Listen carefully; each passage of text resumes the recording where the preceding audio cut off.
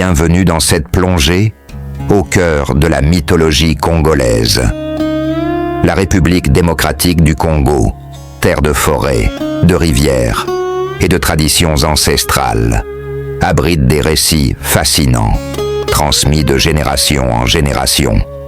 Voici 10 faits incroyables que vous ne connaissez peut-être pas sur la spiritualité et les mythes congolais. Parmi les peuples Congo, les Minkisi sont des objets sacrés dans lesquels résident des esprits. Souvent, ce sont des statues de bois avec des clous plantés dans le corps.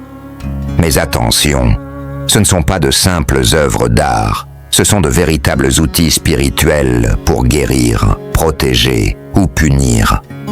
Chez les Congos, Nzambi Mpungu est le Dieu suprême. Il a créé l'univers, mais il est si puissant qu'il reste caché. Ce sont les esprits et les ancêtres qui communiquent avec les humains en son nom. Chez les Luba, on parle de Mulungu, le créateur du monde. Mais après avoir tout créé, il s'est éloigné, laissant aux humains et aux ancêtres la responsabilité de faire vivre son œuvre.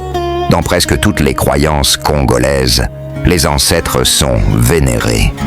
On les appelle pour demander conseil, protection ou guérison. La mort n'est pas une fin. C'est juste un passage vers un autre monde. Les Mongos croient en Kibula, le monde des esprits.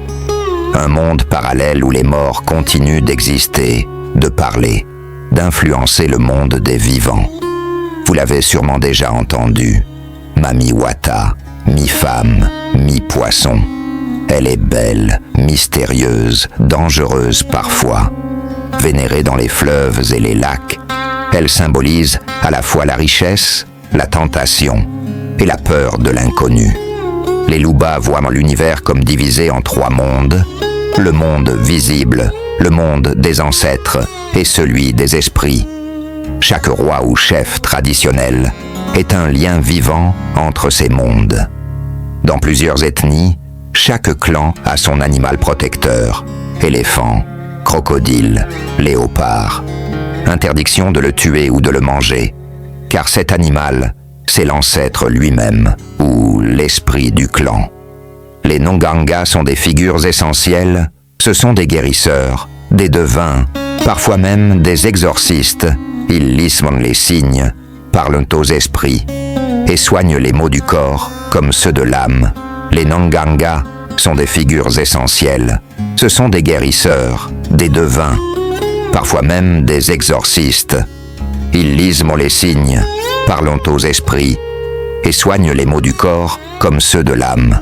La mythologie congolaise est un trésor d'histoire, de symboles et de sagesse. Elle nous relie à la nature, aux ancêtres et à des forces invisibles mais puissantes. Et vous, lequel de ces récits vous a le plus marqué? Dites-le en commentaire, abonnez-vous pour d'autres légendes africaines et à très bientôt, signé